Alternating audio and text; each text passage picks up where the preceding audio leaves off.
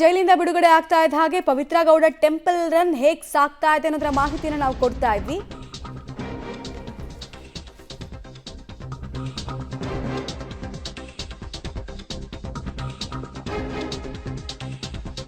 ದಿನಗಳಲ್ಲಿ ರಾಜರಾಜೇಶ್ವರಿ ನಗರದ ತಮ್ಮ ನಿವಾಸಕ್ಕೆ ಮರಳುತ್ತಾರೆ ಅನ್ನೋದು ಗೊತ್ತಾಗ್ತಾ ಇದೆ. ತಲಗಟ್ಟಪುರದಿಂದ ಆರ್ ನಗರದ ತಮ್ಮ ನಿವಾಸಕ್ಕೆ ಪವಿತ್ರ ಗೌಡ ಅವರು ಹೋಗ್ತಾರೆ ಅನ್ನೋದರ ಇನ್ಫಾರ್ಮೇಶನ್ ಸದ್ಯಕ್ಕೆ ಲಭ್ಯ ಆಗ್ತಾ ಇದೆ.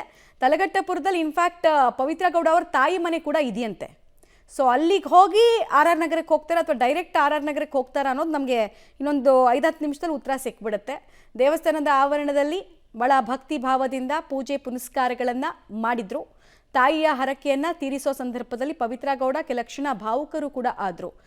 ಪ್ರಾಬಬ್ಲಿ 6 ತಿಂಗಳು ಸೆರೆವಾಸ ಅತ್ಯಂತ ಕಠಿಣವಾಗಿತ್ತು ಅನ್ನೋ ನೋವೋ ಅಥವಾ ಹೇಗಿದ್ದವರು ಹೇಗಾಗಬೇಕಾದಂತಹ ಪರಿಸ್ಥಿತಿ ಬಂತು ಅನ್ನುವಂತಹ ಹತಾಶೆನೋ ದುಡುಕ್ಬಿಟ್ಟೆ ಅನ್ನುವಂತಹ ಪ್ರಾಯಶ್ಚಿತನೋ ಗೊತ್ತಿಲ್ಲ. ಒಟ್ಟಿನಲ್ಲಿ ಕಣ್ಣಲ್ಲಂತೂ ನೀರು ಬಂತು. ಇನ್ನೊಂದು ಕಡೆಗೆ ಇಡೀ ಎಲ್ಲ ಫ್ಯಾಮಿಲಿಯವ್ರದೆಲ್ಲ ಅರ್ಚನೆ ಮಾಡಿಸ್ಬೇಕಾದ್ರೆ ಪ್ರತಿ ಸದಸ್ಯರ ಹೆಸರು ಹೇಳಬೇಕಾದ್ರೆ ದರ್ಶನ್ ಅವರ ಹೆಸರನ್ನ ಪವಿತ್ರ ಗೌಡ ಅವರ ತಾಯಿ ಹೇಳಿದ್ದಾರೆ. ಆ ಮೂಲಕ ಆಪ್ತತೆ ಮುಂದುವರಿಯುತ್ತೆ ಅನ್ನುವಂತಹ ಸಂದೇಶ ಕೊಟ್ರ ಗೊತ್ತಿಲ್ಲ.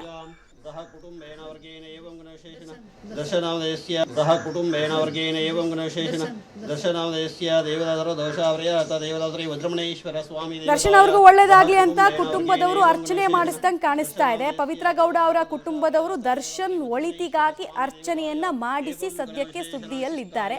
ಪವಿತ್ರ ಗೌಡ ಅವರ ತಾಯಿ ದರ್ಶನ್ ಹೆಸರನ್ನ ತಗೊಳ್ತಾರೆ. ಕುಟುಂಬದ ಪ್ರತಿ ಸದಸ್ಯರ ಹೆಸರಲ್ಲೂ ದೇವರಿಗೆ ಅರ್ಚನೆ ಮಾಡಿಸುವಂತಹ ಸಂದರ್ಭದಲ್ಲಿ. ಇನ್ನೊಂದು ಕಡೆಗೆ ಪವಿತ್ರ ಗೌಡ ರಿಲೀಸ್ ಆಗ್ತಾ ಇದ್ದ ಹಾಗೆ ಪವಿತ್ರ ಗೌಡ ಆಪ್ತರು ಎಲ್ಲರೂ ಕೂಡ ಆಕೆಗೆ ದೇವಸ್ಥಾನದಲ್ಲಿ ಸಾಥ್ ಕೊಟ್ಟಿದ್ದಾರೆ. ಅವರ ಪರ ವಾದ ಮಾಡಿದ್ದು ಟಾಮಿ ಸೆಬಾಸ್ಟಿಯನ್, ಬಟ್ ಅವರಿಗೆ ಜೂನಿಯರ್ ಇರ್ತಾರಲ್ಲ ವಕೀಲರು, ಅವರು ಕೂಡ ಇವ್ರ ಜೊತೆಗೆ ಪ್ರತಿ ಹಂತದಲ್ಲೂ ಕಾಣಿಸ್ತಾ ಇದೆ.